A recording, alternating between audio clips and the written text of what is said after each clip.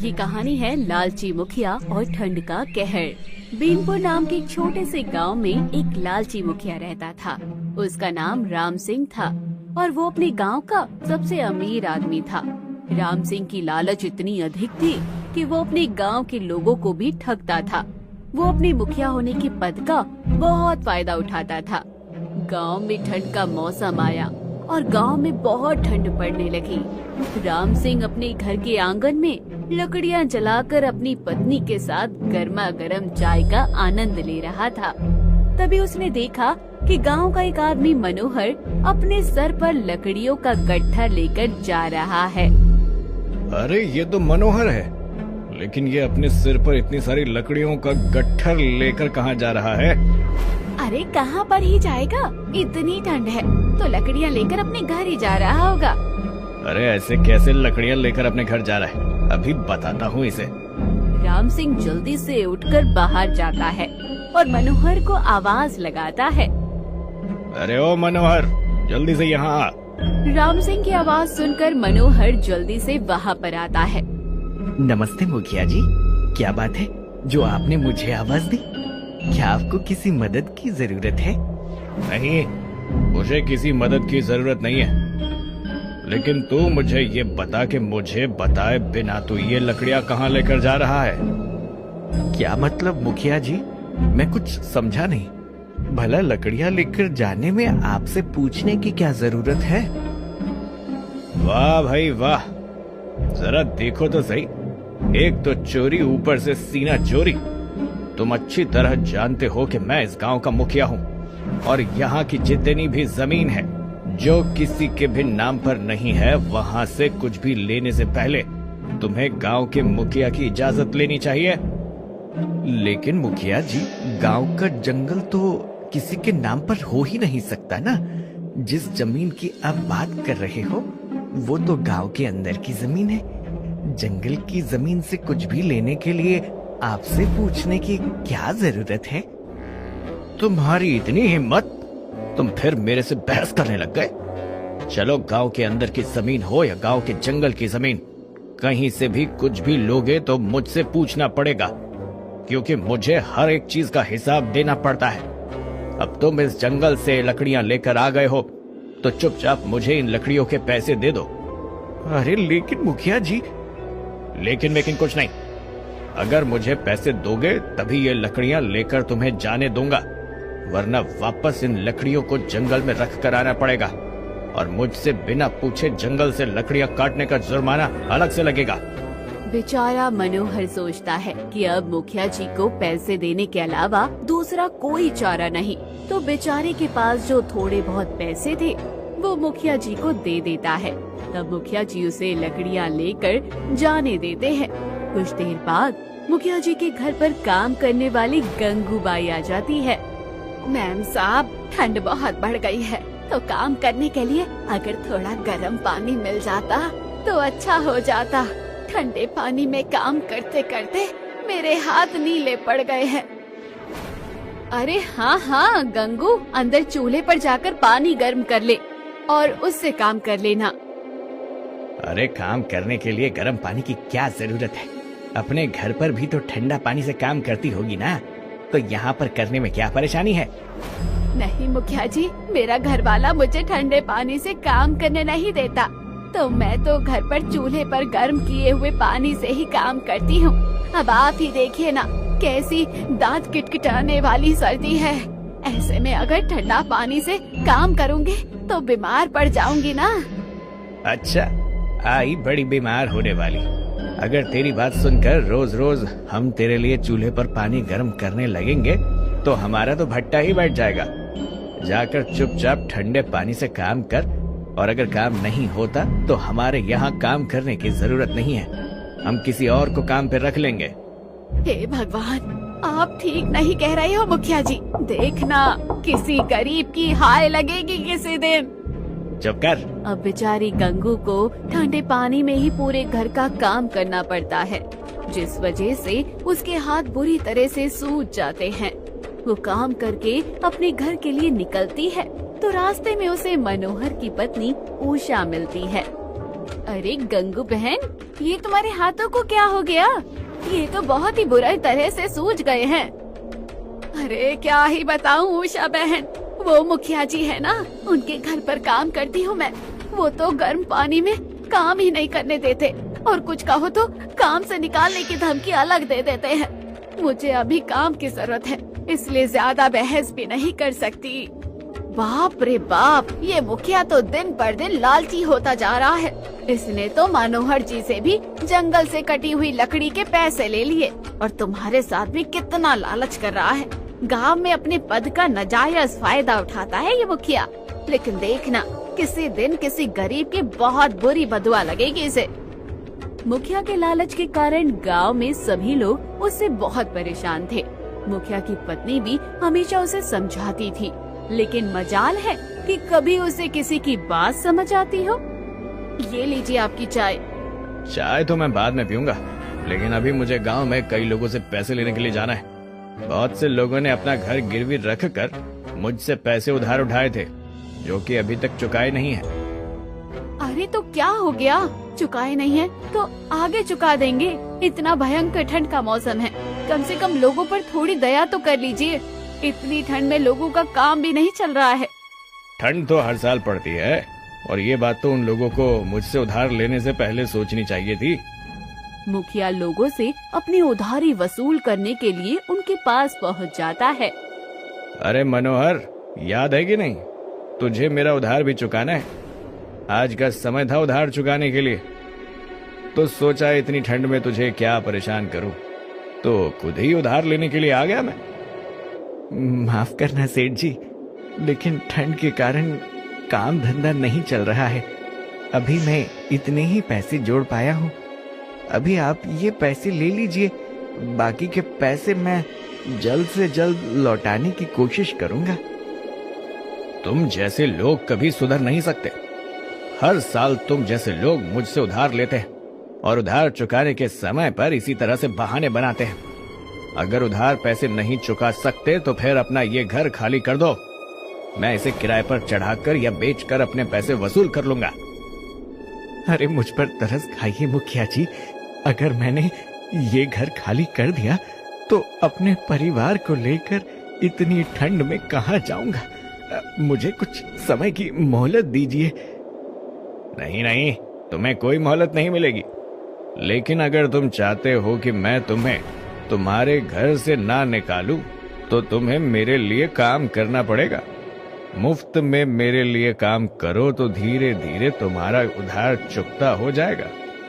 ठीक है मुखिया जी, मुझे मंजूर है।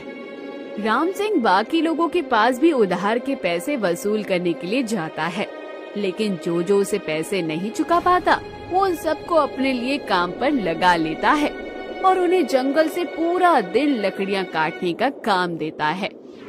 अरे मनोहर भाई, इतनी ठंड में लकड़ियां काटकर तो मेरे हाथ सूज गए हैं, ऊपर से मेरे हाथ में छाले भी पड़ गए हैं। ये मुखिया तो बड़ा ही निर्दयी है, न जाने पैसों का कितना लालची है, जो इतनी ठंड में भी हम लोगों पर दया नहीं कर रहा। तुमने ठीक कहा भाई, इसे देखकर ऐसा लगता है कि जीवन में पैसों से बढ़कर ये कुछ सोचता ही नहीं है। इसकी सुबह पैसों के बारे में सोचने से होती है और रात को भी भगवान का नाम लेकर सोने के बजाय पैसे पैसे करते ही सोता है। वो दोनों जंगल में लकड़ियां काटते हुए आपस में ये बात कर रहे थे। तभी उन दोनों की पत्नियां उनके लिए खाना लेकर आती हैं। अरे अच्छा हुआ उषा जो तुम आ गई, मुझे तो बहुत जोर से भूख लगी थी। हाँ, मुझे भी बहुत जोर से भूख लगी थी, लेकिन यहाँ तक आते आते खाना ठंडा हो जाता है। इतनी गर्मी में ठंडा ठंडा खाना खाकर तो दांत भी कपकपाने लगते हैं। घर से अगर चाय बनाकर लाओ तो वो भी ठंडी हो जाती है। पूरा दिन चाय पीने का इतना मन करता है, लेकिन इस काम की वजह से एक प्याली गरम चाय भी नसीब नहीं हो पाती। अरे आप चिंता मत कीजिए, यहाँ पर इतनी सारी लकड़ियाँ हैं, हम इनसे एक चूल्हा बना लेते हैं और उस चूल्हे पर आप दोनों के लिए खाना गर्म कर देंगे और उसके बाद चाय भी बना देंगे। हाँ हाँ, तुमने बिल्कुल सही कहा गंगू बहन, हम अभी लकड़ियाँ का चूल्हा बनाकर तैयार करके आपको खाना गर्म करके दे देते हैं। वो सभी मिलकर लकड़ियों का एक चूल्हा बनाकर तैयार करते हैं और उस पर गरमा गरम चाय और खाना बनाकर खाने का आनंद लेते हैं। लेकिन इस बात की भनक मुखिया को हो जाती है। शाम को जब मनोहर और मंगतू लकड़ियाँ लेकर मुखिया के घर जाते हैं तो मुखिया कहता है, आज तो तुम लोगों ने लकड़ी के चूल्हे पर खाना गर्म करके खाया है, उसके बाद गर्मा गर्म चाय भी बनाकर पी है। तुम्हें क्या लगता है, मुझे इसके बारे में कुछ पता नहीं चला? नहीं मुखिया जी, हम ऐसा क्यों सोचेंगे? और ठंड ही इतनी ज्यादा है कि खाना गर्म करने के लिए और चाय बनाने के लिए एक चूल्हा तो जरूरी है ना। इसीलिए थोड़ी सी लकड़ी से हमने चूल्हा बना लिया। किससे पूछकर तुमने वो चूल्हा बनाया? जानते भी हो तुम्हारे चूल्हे के चक्कर में कितनी लकड़ियां खराब हुई हैं। अब मैं तुम्हारी आज की कमाई को गिनूंगा ही नहीं और कल तुम्हें 2 गुनी लकड़ी काटनी पड़ेगी। क्या? लेकिन हमने तो बस थोड़ी सी लकड़ी ही ली थी, उसके लिए आप हमारी पूरे दिन की कमाई कैसे काट सकते हो? ये तो सरासर अन्याय है। हाँ मुखिया जी, इतना भी लालच मत कीजिए कि किसी गरीब की बददुआ लग जाए। हम दोनों ने आपके उधार से आधे से ज्यादा पैसे चुका दिए थे, बस थोड़े से ही पैसे बचे थे। उसके लिए हम इतनी मेहनत कर रहे हैं, वो भी सर्दी के भरे मौसम में। अब जानते हैं इतनी सर्दी में लकड़ियां काटने का काम कितना ज्यादा मुश्किल है, उसके बाद भी आप हमारे साथ ऐसा कर रहे हैं। देखो तो जरा, कैंची की तरह जुबान चला रहे हैं। अगर तुम लोगों को इतनी ही ठंड लगती है और काम करने में इतनी परेशानी होती है तो कोई जरूरत नहीं है तुम्हें मेरा काम करने की। आज के आज अपना घर खाली करो, अब तो मैं तुम्हें काम करने का भी मौका नहीं दूंगा। अरे बस भी कीजिए, क्यों अपने लालच के लिए बेचारे गरीब इंसान को परेशान कर रहे हो? थोड़े से पैसे हैं, चुका देंगे। और आपके पास किस चीज की कमी हो रही है जो आपको पैसे लेने की इतनी जल्दी है? देखो मालिनी, मैं इस गांव का मुखिया हूँ और मुझे हर एक छोटी से छोटी चीज का ध्यान रखना पड़ता है। अगर मैं इस तरह लोगों के पास पैसे छोड़ने लगा तो पूरा का पूरा बर्बाद हो जाएगा गांव। तुम मेरे काम के बीच में ना ही बोलो तो ही अच्छा है, क्योंकि तुम्हें इसकी कोई समझ नहीं है। अब तुम लोग जल्दी से अपना घर खाली करो। हम अपना घर खाली नहीं करेंगे मुखिया जी, क्योंकि जितना पैसा हमें आपका चुकाना था उससे ज्यादा काम हम आपका कर चुके हैं, इसलिए आपका हिसाब बराबर हो चुका है। अब से ना तो हम आपके यहाँ काम करेंगे और ना ही अपना घर खाली करेंगे। मैं अच्छी तरह जानता हूँ तुमने लकड़ी की चोरी की है, इसीलिए मेरे सामने ज्यादा शातिर मत बनो। और अगर तुम अपना घर खाली नहीं करोगे तो घर खाली करवाने के मुझे और भी तरीके आते हैं। मुखिया उन लोगों पर चोरी का झूठा इल्जाम लगाता है और कुछ लोगों को उनके घरों में भेजकर उनका सारा सामान बाहर फेंकवा देता है और जबरन उनके घर को हड़प लेता है। इतनी ठंड भरे मौसम में वो दोनों अपने परिवार के साथ सड़क पर आ जाते हैं। सत्यानाश हो उस मुखिया का जो हम गरीब लोगों के साथ ऐसा किया। हमारे पतियों ने इतनी ठंड में इतनी मेहनत करके उसके पैसे चुकाए, उसके बाद भी उसने हमारे साथ धोखा किया है। भगवान उसे उसके किए की सजा अच्छे से दे। भगवान तो उसे जब सजा देगा तब देगा, लेकिन अभी हम क्या करें? देखो तो ठंड के मारे बर्फ पड़ रही है यहाँ। अब हम अपने बच्चों को लेकर कहाँ जाएंगे? हमारे पास तो सर छिपाने के लिए भी छत नहीं है। हमें जंगल से लकड़ियाँ लानी होंगी और उनसे ही एक घर बनाना होगा। और अगर इस बार मुखिया ने कुछ कहा तो हम उसे छोड़ेंगे नहीं। वो सभी जंगल में लकड़ियाँ लेने के लिए जाते हैं ताकि ठंड से बचने के लिए एक घर बनाकर तैयार कर सके। लेकिन मुखिया के आदमी उन्हें ऐसा नहीं करने देते और उन्हें मार पीट कर वहाँ से भगा देते हैं। पापा, अब हम कहाँ जाएंगे? मुझे बहुत ठंड लग रही है, चलो ना चाचा के घर हम चलते हैं। नहीं बेटा, तुम्हारे चाचा का घर यहाँ से बहुत दूर है, इसीलिए हम वहाँ नहीं जा सकते। और वैसे भी तुम्हारे चाचा हमें अपने घर पर नहीं रहने देंगे, हमें तो कुछ और ही सोचना होगा। उन लोगों को रात भर रुकने के लिए कोई जगह नहीं मिली। उनके पास रजाई कंबल थे तो वो एक पेड़ के नीचे गद्दे डालकर रजाई ओढ़कर लेट जाते हैं। लेकिन रात को बारिश आ जाती है, जिस वजह से उनके रजाई गद्दे सब कुछ भीग जाते हैं। हे भगवान, तूने ठंड से क्या पहले कम कहर मचाया हुआ था, जो इतनी ठंड में बारिश भी कर दी। अब तो सारे रजाई और गद्दे भी भीग गए हैं। अब हम कैसे ठंड से अपना बचाव करेंगे? माँ, मुझे बहुत ठंड लग रही है। मुझे ऐसा लग रहा है कि मेरी तबीयत खराब हो रही है। क्या बेटा, जरा इधर आओ, मुझे तुम्हारा माथा छूकर देखने दो। उषा अपनी बेटी का माथा छूकर देखती है तो उसका माथा बिल्कुल गर्म तवे की तरह तप रहा था। अरे, तुम्हें तो बहुत तेज बुखार है बेटा। मनोहर जी, हमें अभी के अभी स्वीटी को अस्पताल लेकर जाना होगा। सिर्फ स्वीटी को नहीं उषा बहन, मोनू को भी बुखार हो गया है। दोनों बच्चों को डॉक्टर के पास जाना होगा। वो लोग जल्दी से मोनू और स्वीटी को डॉक्टर के पास लेकर जाते हैं और उनके पास जितने भी पैसे थे वो उनसे अपने बच्चों को दवाई दिलवा देते हैं। तभी डॉक्टर कहता है, इन दवाइयों से कुछ देर के लिए आपके बच्चों का बुखार ठीक हो सकता है, लेकिन ठंड की वजह से ये बहुत ज्यादा बीमार हो गए हैं। इन्हें कुछ दिन के लिए अस्पताल में ही भर्ती रखना होगा। मंगतू और मनोहर अपने थोड़े थोड़े पैसे मिलाकर अपने बच्चों को अस्पताल में भर्ती करवाते हैं। उनकी बच्चों की तबीयत बहुत ज्यादा खराब थी, लेकिन इससे पहले कि वो पूरी तरह से ठीक हो पाते, उनके पास पैसे खत्म हो चुके थे। मुझे माफ कर दीजिए, लेकिन मैं इससे ज्यादा आपकी मदद नहीं कर सकता। अस्पताल में 2 दिन तक मैंने अपनी जेब से आपके लिए पैसे भरे, लेकिन इससे ज्यादा तो मैं भी नहीं कर सकता। मुझे माफ कर दीजिए, लेकिन अब आपको अपने बच्चों को घर लेकर जाना होगा। उनकी दवाई बहुत महंगी आ रही है। मैं इस तरह बिना पैसों के उन्हें अस्पताल में नहीं रख सकता। उन लोगों को अपने बीमार बच्चों को अस्पताल से निकलवाना पड़ता है। उनके बच्चों की हालत बिल्कुल भी ठीक नहीं थी और अब ना ही उन लोगों के पास उनके इलाज के लिए पैसे थे। वो बहुत ज्यादा परेशान थे और उनकी आंखों में भी आंसू थे। पता नहीं हमारे साथ ऐसा क्यों हुआ है। अगर हमारे बच्चों को कुछ हो गया तो क्या होगा? ये सब उस लालची मुखिया की वजह से हुआ है। पैसों पर इतना मरता है कि लोगों के जीवन के बारे में भी नहीं सोचता। भले ही उसके पास कितना भी पैसा है, लेकिन जो उसने हम इन गरीब लोगों के साथ किया है, एक दिन उसके जीवन में ऐसा आएगा जब उसके पास ढेर सारा पैसा होगा, लेकिन उसके बाद भी वो लाचार हो जाएगा।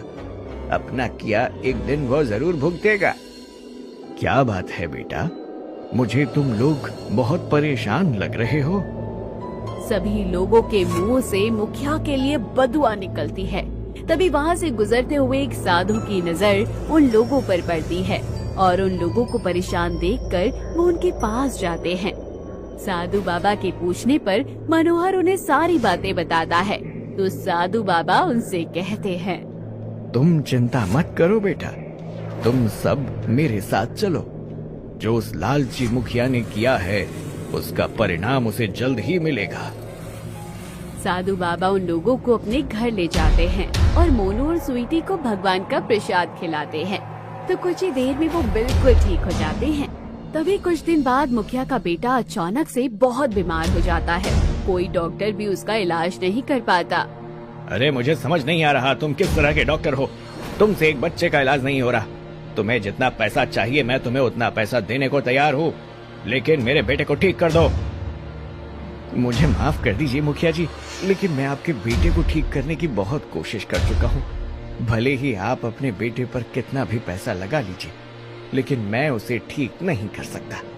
अब तो आप बस भगवान से दुआ कीजिए, शायद भगवान आपके बेटे को ठीक कर दे। मुखिया अपनी बेटी को लेकर जगह जगह घूमता है, लेकिन कहीं भी उसका इलाज नहीं हो पाता। यहाँ तक कि वो होश में आना भी बंद कर देता है। बस ग्लूकोज के सहारे उसे जिंदा रखा जाता है।